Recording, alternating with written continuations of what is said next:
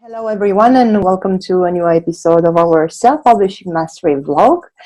Today, I'm thrilled and happy and honored to have with us Alinka Rutkowska. She's one of the experts who's most known and most active out there on the international market, and she's been the talk of the town lady because she's just made it to a USA Today best-selling list, and in the past she's been a Wall Street Journal best-selling author, and she's also the host of the famous Author Remake podcast, and she's also the founder of Leader Press. So welcome, Olinka. Thank you for being here with us today. Well, thank you so much, AG. I'm very excited to be here. How was your journey from being employed into becoming a best-selling author and a self-publishing expert? You know, it hasn't been a straight line to where I am. Back in 2010, I was working in a multinational corporation,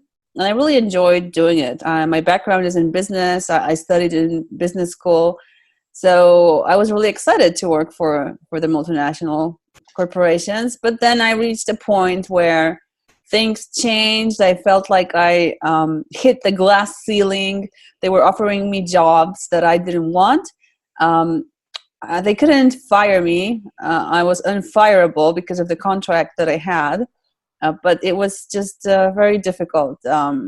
I wasn't excited. I completely lost enthusiasm. I lost the enthusiasm that I had when I first came on board. And, that's not a good thing. When, Friday comes and you're happy because you have 2 free days, and, Sunday evening, you're already starting to dread that you're going to have to wake up on Monday morning and do things you don't want to do. So that's not a good feeling. And I guess I felt this internal desire to write a book. I've always been a writer as a child. I was very good at writing essays, and I always had a diary. So it's something that I always liked. And I remember I decided to write this book. It was a self-help book that I sort of wrote for me as I was growing on this journey. And one of my colleagues told me that, there's this guy, Tim Ferriss. He published a book by himself. That was the 4-hour work week back then, and that just inspired me so much. I thought, well, I can just publish a book by myself. I don't have to ask anybody for permission, and I loved the idea of it. So it's just so exciting, to be inspired by Tim Ferriss, and now we're on the same charts, competing, for the same position. Years later. So it's just really, incredibly satisfying. Well, I wrote that book, I published it, and it did very well. Actually, the royalties of that book were larger than my corporate salary at the time. Wow. So just 1 second. So that was your first book. So because I think that 95% of authors, they just, don't do very well with their first book. They struggle with it. You know that because you're working with them and you help them. Mm-hmm. So what's your secret? What did you do? I mean, you were a first-time author. I know. Well, I had some business background. Okay. Not relative to book marketing, but to business and marketing in general. So that helped for sure. I think, that was 2010. So that was also different. The landscape was different. It wasn't as crowded. Self-publishing just started. It wasn't even cool yet. Mm-hmm. I mean, it was still regarded as, a subpar way to publish. Now we have all these hybrid publishers and service publishers, and the books are, you can't really tell the difference between a top hybrid or service publisher. You can't tell the difference between those books and the books of a traditional publisher. At the time, it wasn't, still wasn't cool. Well, I guess I tried a lot of things. It was trial and error. A lot of it was trial and error, and a desire not to give up. Now, when I look at it, something I did was I put a very long subtitle in the book, and I used a lot of keywords without knowing it. So that's what triggered your success? I mean, I think that was a big part of it. I had no idea that I was doing that at the time, but sort of looking back and reminiscing and trying to understand how it all worked, I think that was a big part of it. And the book, was interesting. It was selling really, really well back then, and that was one of the reasons why I decided to leave the corporation. So I decided to go on a trip around the world, and I met my husband on a cruise ship. And from there, I, started feeling that I wanted to become a mom, and I started writing these books for children about, picture books about two children traveling on a cruise ship. And I was publishing those books and marketing them and doing a lot of things. A lot of things worked, a lot of things didn't work. And as I was, doing them, I would document that in, online. And I realized that there was just so much demand for this knowledge. And I was writing articles, and I wrote this really, really long article about, that sort of explained almost everything I did. And somebody was like, can you just put this in book form so I don't have to keep scrolling? And I was like, okay. So I put together how I sold 80,000 books. And this came out in 2015. And this was the book that really positioned me as a book marketing expert. So I think, it's really true that when you publish a book, it's a statement, it's a calling card. You really, you've got a book, you are the expert. You've got a best-selling book, you are the expert and a best-selling author, which makes it even more exciting for people to talk about you. And since then, I've been very active in helping authors succeed. So that's really become my number one thing. And well, you mentioned a few websites, a few things I do, but my main things is, Leaders Press is where I work with CEOs, presidents of companies, and we get the books, the ideas out of their heads and interview them, publish it, launch it. So this is very exciting for me because it's creating a book that I've always loved to do, and business and marketing it. So I just get super excited when I get to work with these people. Plus they're so smart because I learn so much from them about business that already interests me. So that's one thing. Another thing is I run a mastermind for authors, which I also love because, these are Zoom calls like this, only more faces that you can see. And we talk about things that I love to talk about, about book marketing, and people share their wins and what they've done, what they've implemented since we've last spoken. And then another thing that I do is I connect indies with libraries through Librarybub. So I think those are the three main, and I do other things, but those are things that I'd say distinguish me mostly from everybody else out there. And I also want to say that it's a great community.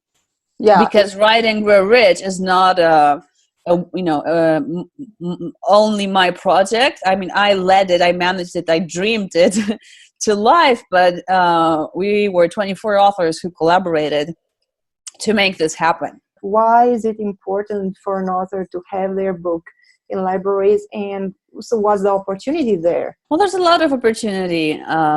First of all, you're doing a good thing because there are people who can't afford to buy books. So you allow them to, either learn from you if it's nonfiction, or experience some great writing if it's fiction. So, you're doing a good thing for the world.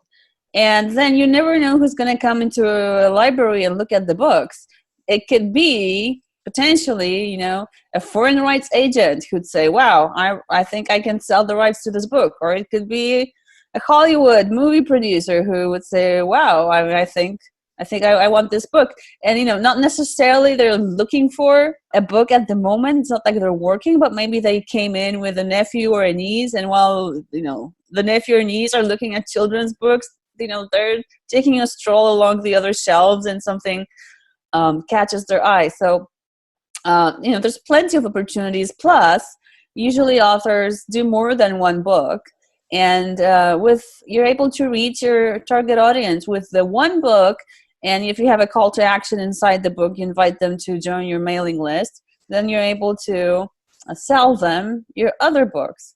So, it's a really great, it's a great way to find more readers, to open yourself to new opportunities like the foreign rights or potentially a movie deal even, and to find readers who will purchase your other books.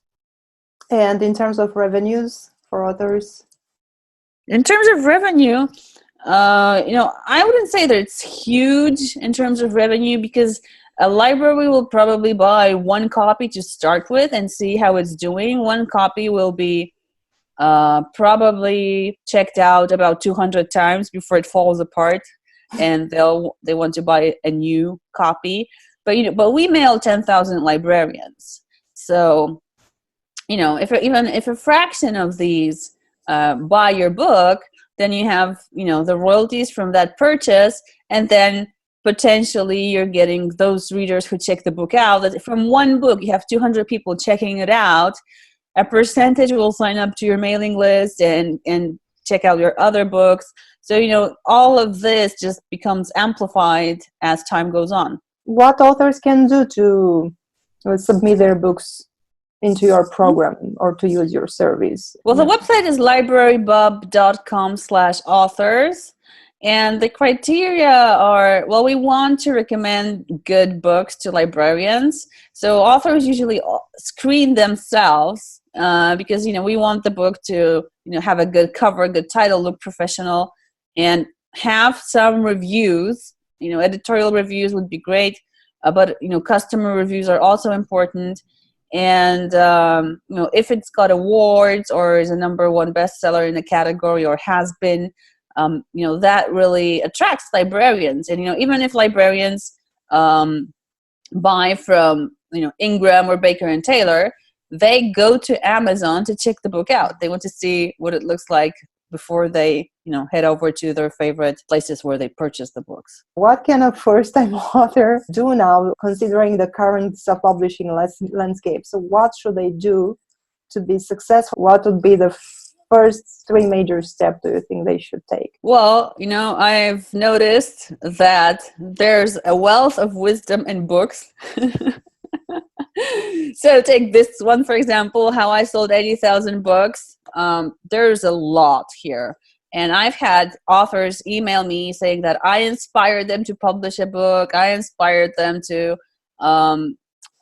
start their author career, even though they've never, joined any of my programs or taken advantage of any of my services. They tell me that, I was the one who inspired them. So that's a reward in itself. And, it's huge. Working, with those incredible authors that we publish, there's just so much knowledge and wisdom in these books. It's just amazing. And, a book costs a few dollars. And you get somebody's, a lifetime of somebody's wisdom. So this book, Write and Grow Rich, is also a great start where, 24 authors answer the same questions of what worked for them, what didn't work. And then from there, you can, subscribe to their mailing list and see what they have to offer. And there are other books on self-publishing and book marketing. So definitely read those books, but also as you're reading, create an action plan of what you're going to implement, because you don't want to have paralysis by analysis, right? So you have to actually do something. A target is great. I respond very well to targets. So, now I run a business, and it doesn't feel like you're running a business when you have one book out. But at a certain point, it stops becoming just a hobby and just for fun. And, like in my case, this is what I do now. And this is my thing. So, if it's a business, and really, if you have a book out there, you have a product that you're selling. So you do have a business. So targets, I think, the targets could be how many books you want to sell. I have targets of how many new authors we want to publish. So, we have team meetings where we discuss how we can meet those targets. And it's just amazing because as soon as we introduced these targets, we started reaching these targets. Before we didn't have the targets, so we were just like, oh, no, whatever comes along, it's all good.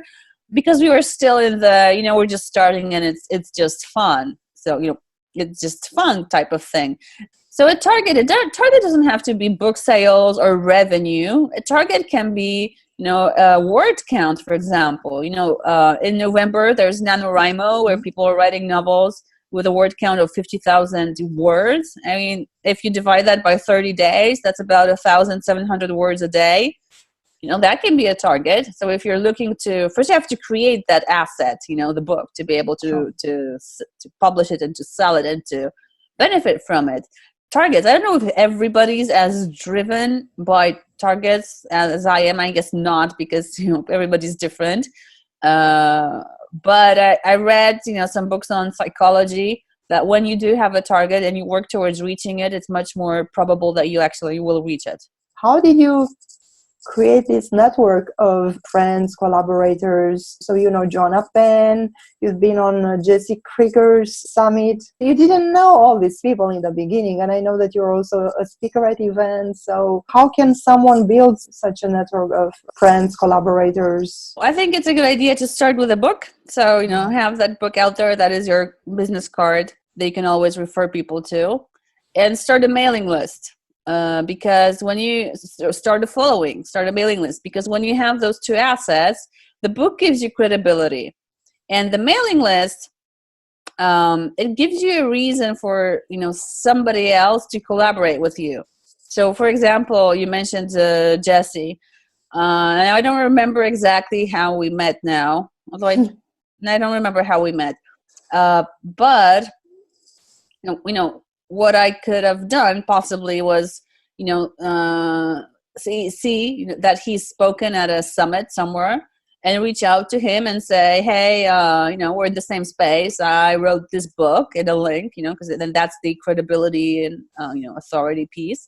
And say, I see you're really active in the publishing landscape. I think my audience would really benefit from your expertise. And, I'm doing this summit because I did a summit, or you could say podcast or blog or whatever, and I'd love to showcase your expertise to my audience.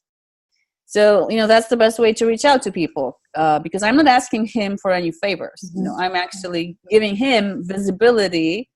And then, when he does that interview or blog post or whatever, he gets to drop a link where people can sign up if they want to. So you start like that. You build some goodwill, and then at a certain point, either the law of reciprocity. He reaches out. He's like, "I'm doing a summit. Come and speak." Which happened several times. I think I spoke at 3 of his summits at least, in one live in Los Angeles. And so then it's easy to invite people to something like that, although Jesse wasn't actually in Write and Grow Rich. No, but, he wasn't. No, he wasn't. He was invited to, but then in the end, he said his plate is full and he's not able to meet the deadlines. He was, so there are 24 authors, but I reached out to many more. So, some people didn't want to participate, others, couldn't meet some of the deadlines that we had, because this was a big project. There was a deadline to submit the chapter, for example, that people had to write. Well, you had a dream about making to the USA Today bestsellers list, and you made it. So what did you do to make it there? And let's talk about the launch. Some of the important things were deadlines and a schedule. So there was a deadline for when to get people on board, when people have to submit their chapters. There was a mailing schedule. So when is everybody mailing? And people had to commit to that schedule that they actually will be mailing. And there was swipe copy, that I wrote. So everybody who was supposed to mail, they didn't have to actually write anything themselves. They could just copy paste what I prepared. And there were some ads going on, but our 2080, most of our results came from mailing, and it was either us mailing or other influencers mailing that were not in the book, but that we reached out to. and some promotional sites. And very important thing, the pre-order period, because we had a very long pre-order period. Actually, we sold almost 10,000 books that week, but out of those 10,000, actually, so 10,000 overall. In the States, it's going to be 8,000, and out of those 8,000, more than 5,000 we accumulated during actually almost 6,000 we accumulated during the pre-order period. So that's huge. If you want to hit a list like USA Today or Wall Street Journal, the pre-order period is crucial, because you have to get the estimates are about 6,000 sales to hit the bottom of the list. The bottom of the list is 150. We actually hit 68, which is very good. The estimates are that you need 6,000 sales to hit that list, and the sales of a single week count. So if you're just doing a promotion for a week, you would have to sell about 1,000 copies a day. Wow. But if you're doing a pre-order period like we did of 3-4 months, then if you sell 50 copies a day, you're going to get there. So we actually entered launch week with already 6,000 copies sold in the US. So we were pretty comfortable. I mean, it was a pretty good place to be. Those are sort of the main, helicopter view secrets, if you will. So the pre-order period, the people that you get on board, the deadlines, and the schedule. People who bought the book during the pre-sale time, they had additional incentives, so they got something, like a special. Yeah, I almost forgot about that. Yeah, yeah, we all threw in some bonuses that we were heavily marketing. That if you get the book, then you go to a website and you get loads of bonuses. And after the launch, we stopped mentioning that at all. And what are you doing now to keep the sales go? Nothing. Nothing. Well, the book sort of found its place on the ranks on the charts. It's doing really well. We're selling probably about 100 copies a day still, not doing too much. There's some Amazon ads running, some BookBub ads still. I mentioned it in my newsletters, in my signature. So there's that. There's also a link to the book in the emails, in my personal emails that I send out. So, I mean, I say nothing because it just seems so effortless, but actually there are those seeds spread out, everywhere. Well, it's actually doing so well that we're getting, spontaneous offers from foreign publishers to buy the rights. I mean, I have a foreign rights agent who, goes to the large book fairs and is, she herself is in negotiations with various foreign publishers to get the rights. But I was approached by one publisher just a few days ago, asking if the rights for their country are still available. I said, "Oh, I think so. Let me connect you with my foreign rights agent." And then she replied, that was the fastest proposal in history, where I think after a few hours, they just sent an offer. And she's like, "What do you say?" I'm like, "Well, I don't know. If you say it's good, then let's do it." It's like, "Okay, I'll negotiate a little bit."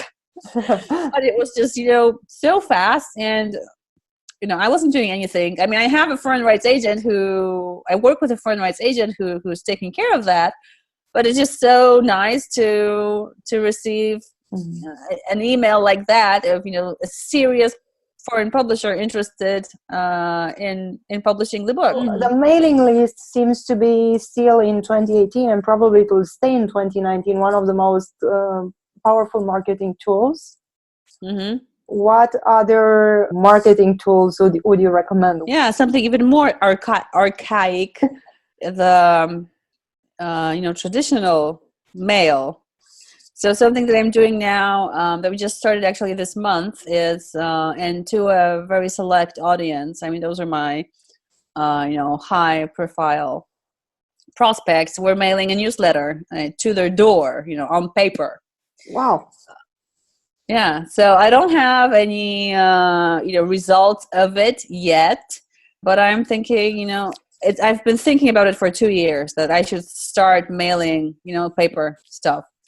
And actually, as part of the 5-Figure Author Challenge, when somebody gets the VIP pass, we email them a book of all the transcripts and everything in there. And that's been super popular. So people, loved it, that they didn't just get an all-access pass that they could, see the videos online, but they actually got, something that arrived to their home and, that they have. So I have a lot of addresses of those people who ordered, because obviously, they gave us their addresses where to send the books. So I could potentially mail them as well, the paper newsletter. But, I know it took me so long to do these things that, it's not something obvious, to do. But it's just so neglected. All you get right now are just advertisements and bills. Yes. So if you actually get something of value, by mail, you're really looking forward to it and appreciate it. So that's great. The email lists, and what else could be great for a new author? I think a plan. So what you're going to do and when. I think that's really important. So going back to those targets, and I think that you can. We talked about books, that there's a lot of wisdom in books, and I think the way to consume them is to have your grand plan, read a book, and see how that fits into your plan, and apply that bit to your plan, rather than just keep reading and overwhelming yourself. Just start with a plan and adjust. But really, there's nothing better than having a mentor. And I'm not saying that because I am a mentor, which I love, but because I have a mentor. You do. And you still need one. I do. And, if I hadn't had a mentor, I wouldn't have founded Leaders Press, which is what really excites me. And, I love helping authors through what I'm, what I was doing until we founded Leaders Press, but it just takes me to a completely new level. It's just a completely new ball game, and I don't think I would ever have come up with this big idea. So basically, what I got is this big idea, his name is Dean Jackson. So he gave me this big idea, or as he calls it, an evil scheme. And I implemented it. When I told him about Write and Grow Rich, he's like, "Oh, so you have an evil scheme of your own." So I come up with big ideas as well, and I come up with big ideas for the authors I work with. But I don't think I would have come up with Leaders Press from where I was standing at the time. But he did see it from where he was standing. Something else I learned from the CEOs that we work with is that you learn through mistakes or mentors. Either you make mistakes, trial and error, you make mistakes, or you have a mentor, who's already made those mistakes, or who has a completely different view and can help you get there much, much faster. So I think, that's a very interesting thought to consider. Yeah, and especially trial and error will also cost you some money, and it will take time. So I think my trial and error cost me more than my mentor cost me. I'm sure you had some, like tough moments, tough times, moments of doubt, moments when you felt you had too much on your plate. So what kept you going? How do you keep your enthusiasm alive all the time? Well, I think I'm self-driven. I'm a self-driven type. I chose to do this. Mm-hmm. I love doing this, so it's easy. I didn't have all this enthusiasm when I was about to leave the corporation. When you're doing something you love, you're not really working. You're just having fun. True. When I have too much on my plate, I have a team. So I think, what can I delegate and to whom? If I feel like I don't have a person and I'm thinking about, how to get the right person on board. So I think you really need that. And, and again, like we're a team of 10. So that's different than when you're an author who's just starting out. But if you're an author who's just starting out, you can think about hiring out one virtual assistant to help you with some basic tasks and make that work. So I think that's a good idea. And when, it feels like things are not working out, I just, try not to be so hard on myself. And I just tell myself that things always work out for me, because it's true. When I look back, things have always worked out for me. Even if not necessarily the way that I thought they would, they have. So it's really easy for me to hold that thought because it's true. So when you say things always work out for me, and you even think that, it's true, they do work out for me, it takes away the pressure. I also want to remind those who watch this interview, we mentioned that in the beginning, so you're also a wife and a mom. And you still have the time for your professional life, but you also take the time for your family life, which is great. So to those people who worry, oh, I don't want to run a business, or I don't, maybe I won't have the time for everything. Well, you're the living proof that it's possible. Yeah, it's possible. I'm certainly not the only one. What is the best way for others to reach you and get in contact with you in case they need a mentor, or they want to check your programs? Well, I think the best way is to go to authorremake.com, which is my hub. And then you can sign up and get a mini course where I explain what the number one obstacle is that could be keeping you from becoming a successful author. Thank you very much, and good luck. Well, thank you so much, AG. And thank you again for your shout out during our Write and Grow Rich launch. I appreciate that a lot. So thank you.